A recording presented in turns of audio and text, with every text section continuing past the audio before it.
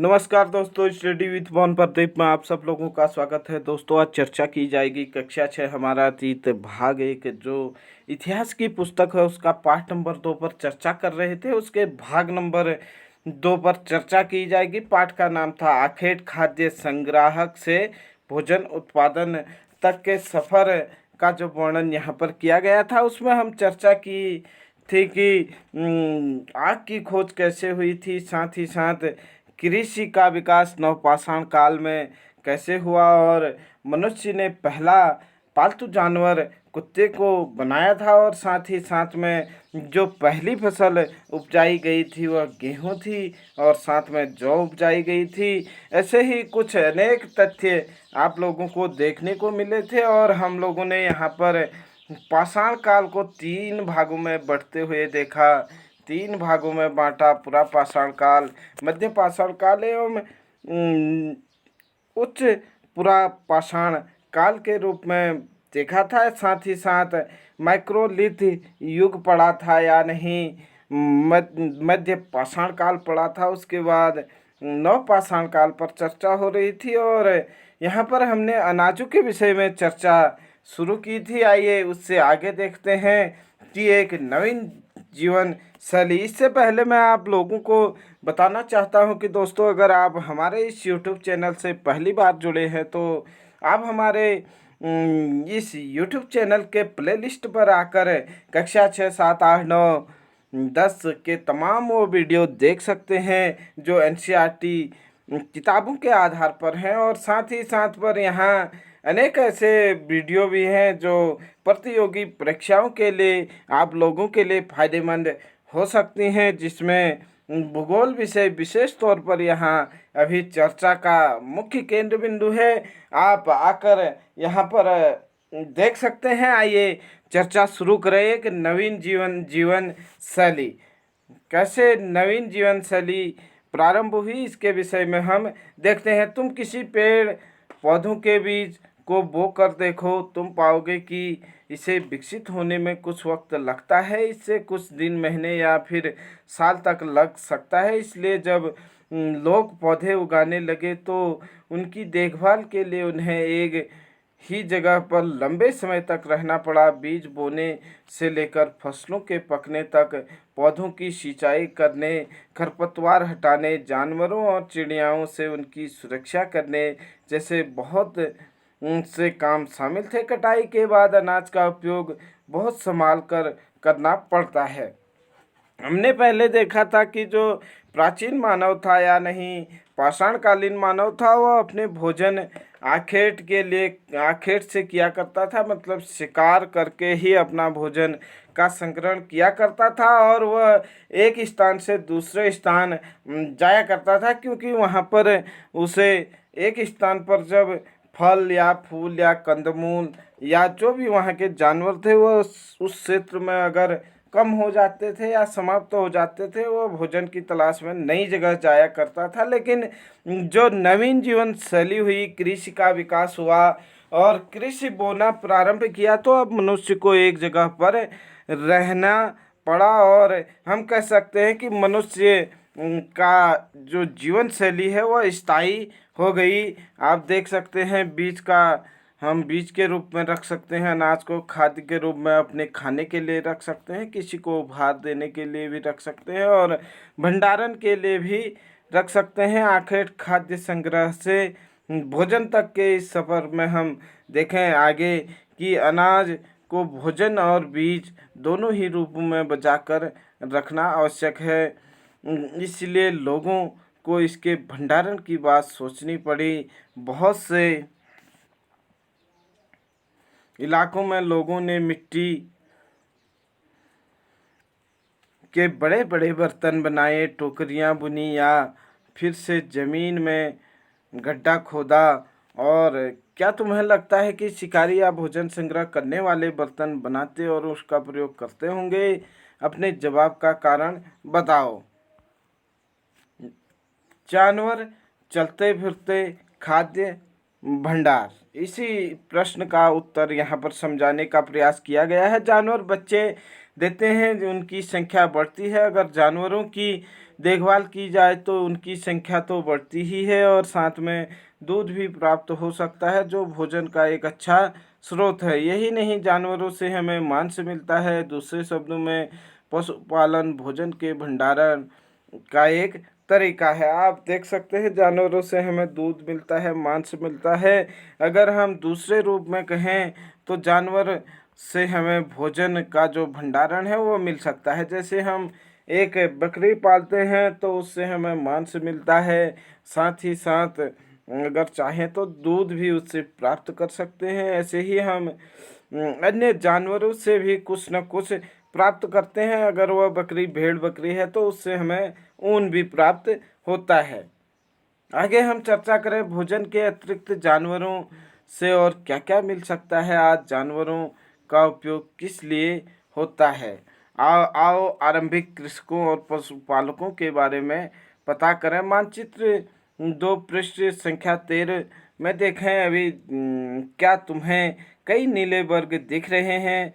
पता कीजिए। इसमें प्रत्येक बिंदु उस जगह को दर्शाता है जहाँ पुरातत्व विदों को शुरुआती कृषकों और पशुपालकों के होने का साक्ष्य मिले हैं। आप लोग देख सकते थे जब हमने मानचित्र पर चर्चा की थी, जो नीले वाले बिंदु थे वहाँ पर दर्शाया गया था आरंभिक कृषकों और पशुपालक वाले क्षेत्रों को। इसमें सबसे महत्वपूर्ण पश्चिमोत्तर क्षेत्र में, आधुनिक कश्मीर में, पूर्वी तथा दक्षिण भारत में पाए गए हैं। वास्तव में ये निर्दिष्ट स्थान कृषकों और पशुपालकों की बस्तियां थी या नहीं थी, इसे जांचने के लिए वैज्ञानिक खुदाई में मिले पौधों और पशुओं की हड्डियों के नमूने का अध्ययन करते हैं।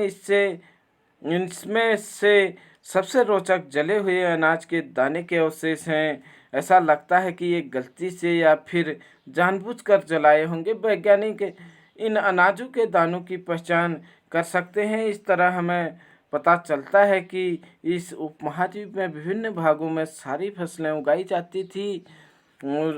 जाती रही होगी। वैज्ञानिक विभिन्न जानवरों की हड्डियों का भी पहचान कर सकते हैं। आगे चर्चा करें हम स्थायी जीवन की ओर। पुरातत्वविदों को कुछ पुरास्थलों पर झोपड़ियां और घरों के निशान मिले हैं। पुरातत्वविद क्या है, पुरानी चीज़ों को खोजते हैं, उसमें इकट्ठा करते हैं, तो उन्हें कई पुरास्थल मिले हैं और वहाँ पर कई घर और झोपड़ियाँ मिले हैं। जैसे बुर्ज-होम वर्तमान कश्मीर में है। बुर्ज-होम कहाँ है? वर्तमान कश्मीर में है। यहाँ के लोग गड्ढे के नीचे घर बनाते थे जिन्हें गर्तावास कहा जाता था। प्रश्न पूछा जाता है कि गर्तावास क्या है? गर्तावास मतलब गर्त में आवास है जिसका, गर्त मतलब गड्ढे में जिसका घर है। बुर्ज-होम कहाँ है? बुर्ज-होम कश्मीर में है। यहाँ से महापाषाणिक काल के भी क्या मिलते हैं? समाधान के अवशेष मिलते हैं। इसमें उतरने के लिए सीढ़ियाँ बनी होती थी। जैसे हम ऊपर जाने के लिए सीढ़ियों का प्रयोग करते हैं तो ऐसे ही नीचे उतरने के लिए भी गर्तावास में सीढ़ियाँ बनी होती थी। इससे उन्हें ठंड के मौसम में सुरक्षा मिलती होगी। पुरातत्वविदों को झोपड़ियों के अंदर और बाहर दोनों ही स्थानों पर आग जलाने की जगह मिली हैं। ऐसा लगता है कि लोग मौसम के अनुसार घर के अंदर या बाहर खाना बनाते होंगे। गर्तावास का चित्र बनाओ करके कक्षा 6 वालों को कहा गया है। बहुत सारी जगह से पत्थर के औजार मिले हैं। इसमें से कुछ ऐसे जो पुरापाषाण कालीन उपकरणों से भिन्न है, इसलिए इन्हें नवपाषाण काल युग का माना गया है। इनमें वो औजार भी हैं जिनकी धार को और अधिक पौना करने के लिए पॉलिश चढ़ाई जाती थी। ओखली और मसूल का प्रयोग अनाज तथा वनस्पतियों से प्राप्त अन्य चीज़ों को पीसने के लिए किया जाता था। ओखली है या जो मूसल है, आप लोग देखते हैं हमारे विशेष तौर पर उत्तराखंड के कुमाऊं और गढ़वाल में अभी भी ओखली और आपके मूसल मिल जाते हैं, जो किस काम में लाया जाता है? धान कूटने हैं या अनाजों को आपको पीसना हो या उसको कूटना हो, अगर हम अपने स्टाइल में कहें तो उसके काम में आता है। आज से हजारों साल पहले ओखली और मूसल का प्रयोग अनाज पीसने के लिए किया जाता था। उसी तरह प्राचीन प्रशस्त युगीन औजारों का निर्माण और लगातार प्रयोग होता रहा है। कुछ औजार हड्डियों से भी बनाए जाते थे। यहाँ पर कुछ औजार दिखाए गए हैं। नवपाषाण काल के ये उपकरण हैं। आप देख सकते हैं किस तरीके से नवपाषाण काल में उपकरण बनाए गए थे। आगे हम देखें, नवपाषाण काल के पुरास्थलों में कई प्रकार के मिट्टी के बर्तन भी मिले हैं। ये आप मिट्टी के बर्तन देख सकते हैं। ये बर्तन कभी कभी इन पर अलंकरण भी किया जाता था। बर्तनों का उपयोग चीज़ों को रखने के लिए किया जाता था। धीरे धीरे लोग बर्तन का उपयोग खाना बनाने के लिए भी करने लगे। पहले पहले जो ये बर्तन थे, इसका उपयोग भंडारण के लिए लोग करते थे। बाद में लोगों ने अपनी आवश्यकता के अनुसार विभिन्न बर्तन बना लिए और खाना भी बर्तनों में ही बनने लगा। चावल, गेहूँ, दलहन जैसे अनाज अब आहार का महत्वपूर्ण हिस्सा बन गए थे। जैसे जैसे नवपाषाण काल विकसित हो रहा था, तो यहाँ पर चावल है, गेहूँ है, दालें हैं, ये मनुष्य के आहार का महत्वपूर्ण हिस्सा बन गए थे। इसके साथ साथ अब लोग कपड़े भी बुनने लगे थे। इसके लिए कपास जैसे आवश्यक पौधे उगाए जा सकते थे। क्या ये परिवर्तन हर जगह एक साथ ही आ गए होंगे? ऐसी बात नहीं है। एक तरफ जहाँ कई जगहों पर स्त्री पुरुष शिकार और भोजन संग्रह करने का काम करते थे, वहीं अन्य लोगों ने हजारों साल के दरमियान धीरे धीरे खेती और पशुपालन को अपना लिया। बहुत लोग मौसम के मुताबिक भी बदल बदल कर जीविका चलाया करते थे। उसके बाद आगे हम चर्चा करें सूक्ष्म निरीक्षण मेहरगढ़ में जीवन मृत्यु, इसके विषय में। यह ईरान जाने वाली सबसे महत्वपूर्ण रास्ते बेलन दर्रे के पास हरा भरा समतल स्थान है। मेहरगढ़ ईरान को जाने वाले रास्ते में एक दर्रा है, जहाँ से बोलन दर्रा है। आक्रमण हुए हैं, भारत में अनेक आक्रमण हुए हैं, और जो ईरान जाने का एक रास्ता था। यहाँ के पास जो मेहरगढ़ है, हरा भरा समतल स्थान था। मेहरगढ़ संभवतः वो स्थान था जहाँ स्त्री पुरुषों ने इस इलाके में सबसे पहले जौ, गेहूँ उगाना और भेड़ बकरी पालना प्रारंभ किया। प्रश्न पूछा जाता है कि सबसे पहले अनाज बोने के साक्ष्य कहाँ से प्राप्त हुए हैं? अगर हम भारतीय उपमहाद्वीप में देखें तो सबसे पहले मेहरगढ़ से ही गेहूँ, जौ गेहूँ उगाने के साक्ष्य मिले हैं। यहाँ विभिन्न प्रकार के जानवरों की हड्डियाँ मिली हैं। इसमें हिरण तथा सूअर जैसे जंगली जानवर और भेड़ बकरियों की हड्डियाँ भी हैं। मेहरगढ़ में इसके अलावा चौकोर तथा आयताकार अवशेष भी मिले हैं। प्रत्येक घर में 4 या इससे ज़्यादा कमरे हैं, जिसमें से कुछ संभवतः भंडारण के लिए आते होंगे। मृत्यु के बाद सामान्यतः या मृतक के सगे संबंधी उसके प्रति सम्मान जताते थे। लोगों की आस्था है कि मृत्यु के बाद भी जीवन होता है, इसलिए कब्रों में मृतकों के साथ कुछ सामान भी रखे जाते थे। आप देख सकते हैं यहाँ पर मेहरगढ़ में एक घर का चित्र। मेहरगढ़ के घर शायद ऐसे दिखते हों। तुम जिस घर में रहते हो उसके साथ इस घर की क्या समानता है? मेहरगढ़ जो सबसे प्राचीन स्थल है, लगभग नवपाषाण काल का, तो वहाँ पर घर कुछ इस तरीके के बनते होंगे।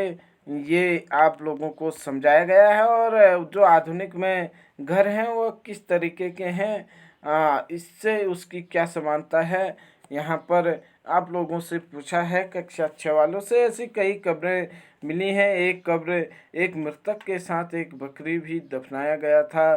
संभवतः इसे परलोक में मृतक के खाने के लिए रखा गया होगा। आप देख रहे हैं चित्र में कि मृतक के साथ यहाँ पर खाने पीने के लिए भी लोगों ने व्यवस्था कर रखी है। और कंकाल के साथ साथ यहाँ पर बकरी का भी कंकाल मिला है। लोगों का हो सकता है कि उस समय मानना हो कि यहाँ पर परलोक में या नहीं, मृत्यु के बाद जो उनके परिचित हैं वह भोजन करेंगे। उसके बाद हम फ्रांस की एक गुफा की चित्रकारी की बात करते हैं। अपने एड्रेस में फ्रांस ढूंढो। यह चित्र फ्रांस की एक गुफा का है। इस पुरास्थल की खोज 100 साल पहले 4 स्कूली छात्रों ने की थी। इस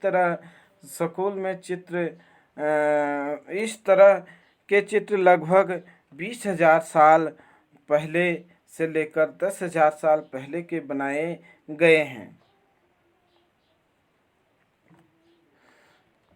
बनाए गए होंगे। इसमें कई जानवरों के चित्र होंगे। इसमें जंगली घोड़े हैं, गाय हैं, भैंस है, गैंडा है, रेनडियर है, बारहसिंगा है, सूअर हैं के गहरे चमकीले रंगों से चित्रित किए गए हैं। आप देख सकते हैं इसमें कई जानवरों के चित्र हैं। इन रंगों में लौह अयस्क और चारकोल जैसे खनिज पदार्थों से बनाया जाता था। आप देख सकते हैं 20,000 साल अगर पुराने वो चित्र हैं तो उसमें आप लोग देख सकते हैं चारकोल और खनिज पदार्थ जैसे चीज़ें चारकोल और खनिज पदार्थों से वो चित्र बनाए गए होंगे। यह संभव है कि इस चित्र को उत्सवों के अवसर पर बनाया जाता था या फिर इन्हें शिकारियों द्वारा शिकार पर निकलने से पहले या कुछ अनुष्ठानों के लिए बनाया होगा।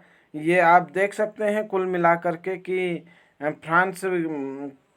से फ्रांस के गुफा से किस प्रकार के चित्रकारी के प्रमाण मिलते हैं। इसके बाद हम बात करें कुछ उपयोगी शब्द हैं। आप देख सकते हैं आखेटक खाद्य संग्राहक। आखेटक खाद्य संग्राहक पुरास्थल, उद्योग स्थल, आवासीय स्थल, पुरापाषाण, मध्य पाषाण, लघु पाषाण, कृषक, पशुपालक, नवपाषाण कालीन युग, नवपाषाण युग, कब्र, ये सब चीज़ों के बारे में हम पढ़ चुके हैं। आखेटक खाद्य संग्राहक मतलब जो शिकार करके ही अपना खाद्य अपने भोजन का संग्रहण करता था।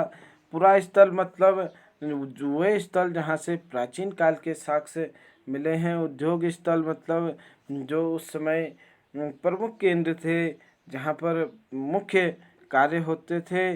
आवासीय स्थल मतलब जहाँ आदमी रहा करते थे, जैसे कश्मीर में बुर्ज होम है, मेहरगढ़ है, चिरांद है, ये सब आवासीय स्थल थे। पुरापाषाण काल आप लोगों ने देखा कि पाषाण काल का सबसे प्राचीन भाग था। इसे 3 भागों में बांटा गया था। निम्न पुरापाषाण काल, मध्य पुरापाषाण काल, उच्च पुरापाषाण काल। मध्य पाषाण काल आप लोगों ने देखा था माइक्रोलिथ कहा जाता है। लघु पाषाण काल के विषय में हम अभी चर्चा कर रहे थे। और साथ ही साथ कृषक आप लोगों ने देखा सबसे पहले गेहूं जौ उत्पादन मेहरगढ़ में हुआ था। पशुपालक सबसे पहले पाला गया पशु क्या था? कुत्ता था। और साथ ही साथ नवपाषाण कब्र बुर्ज होम से आप लोगों को महापाषाणिक स्थल मिलते हैं, जबकि नवपाषाणिक युग में भी लोग खाने पीने की चीज़ें अपने जो शव होते थे उनके साथ रखा करते थे। आइए आगे चर्चा करते हैं। एक नवपाषाणिक पुरास्थल एट्लस में तुर्की ढूंढो। नवपाषाण युग में सबसे पुरास्थलों में चाताल युग तुर्की में है। नवपाषाण काल युग की बात अगर हम करें तो यहाँ तुर्की में जो चाताल है, यह चाताल युग तुर्की में है। यह लगभग सबसे प्रसिद्ध पुरास्थलों में से एक है। यहाँ दूर दराज स्थलों से कई चीज़ें लाई जाती थी और उसका उपयोग किया जाता था, जैसे सीरिया से लाया गया चकमक पत्थर, लाल सागर से कौड़ियाँ, भूमध्य सागर से सीपियाँ।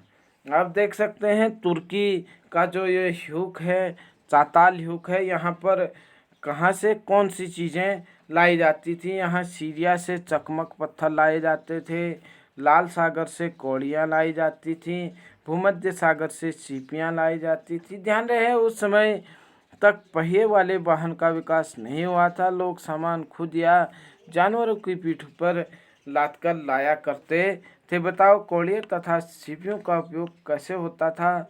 कल्पना करनी है आप लोगों को कि तुम अगर 12,000 साल पहले पत्थर की एक गुफा में रहते हो। पृष्ठ नंबर 4 पर आप लोगों ने देखा और मामा तुम्हारे मामा गुफा के एक भीतरी दीवार पर चित्र बना रहे हो तो तुम उसकी सहायता करते चाहते हो, तो तुम रंग कैसे बनाओगे, रेखाएं कैसे खींचोगे या फिर उसमें रंग भरोगे। तुम्हारे मामा तुम्हें कौन कौन सी कहानियाँ सुनाएंगे, ये आप लोगों ने कल्पना करना है, सोचना है क्या हो सकता है इसमें। तो दोस्तों ये थी आज कक्षा 6 पाठ नंबर 2 की चर्चा। पाठ का नाम था, जैसे कि आप लोग जानते हैं, आखेट खाद्य संग्रह से भोजन उत्पादन तक।